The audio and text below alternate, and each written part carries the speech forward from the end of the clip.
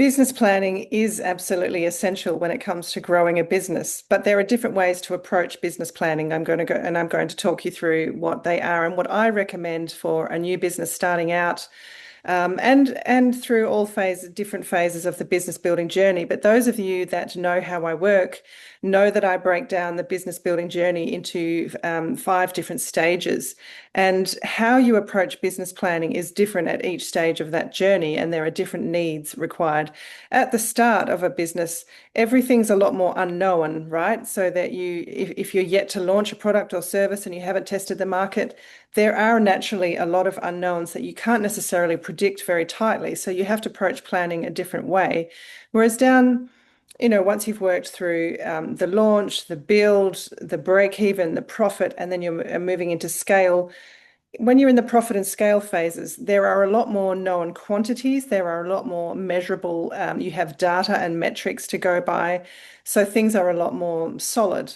So they do require a different approach. And the type of business plan you develop really depends on what you need to use that business plan for.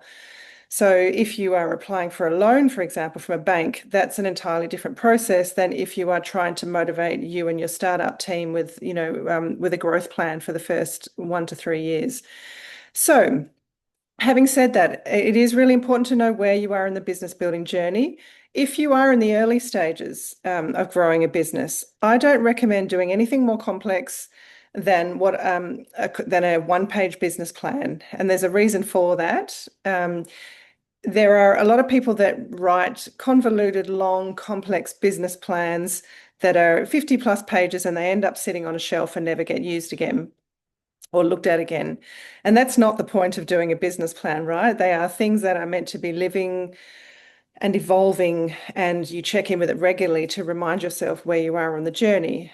And so that's what I call the set and forget business plans. And then you've got the wishful thinking business plans, which I have seen so many over the years. It's hard to tell you um, how many people approach business planning with rose-colored glasses. And I know, I was certainly much more optimistic in the beginning about how my business would turn out because I didn't know the realities of growing a business. So a wishful thinking business plan sets far too ambitious targets, and let's say unrealistic targets. We don't know what we don't know at the start when growing a business, and so when you're we do tend to be optimistic, don't we, about revenue targets and cash flow projections, but quite often those projections can be very unrealistic in ones that I've seen for new businesses.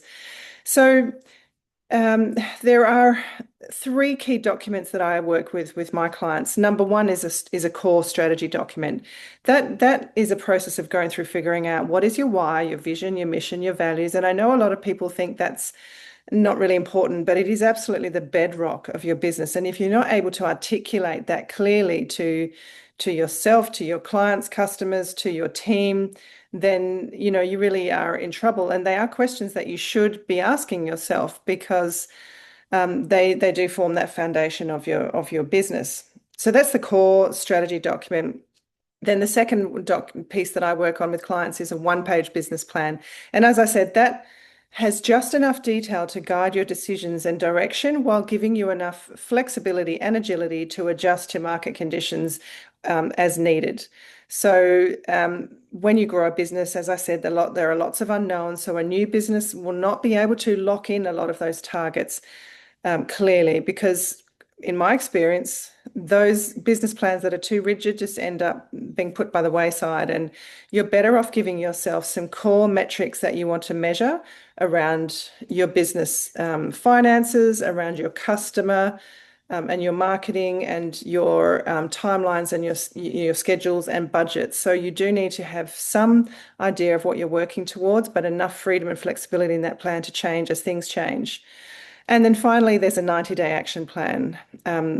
So the 3 key documents, as I mentioned, core strategy document, one-page business plan, which defines the overarching strategy. And then your 90-day action plan is where the rubber hits the road.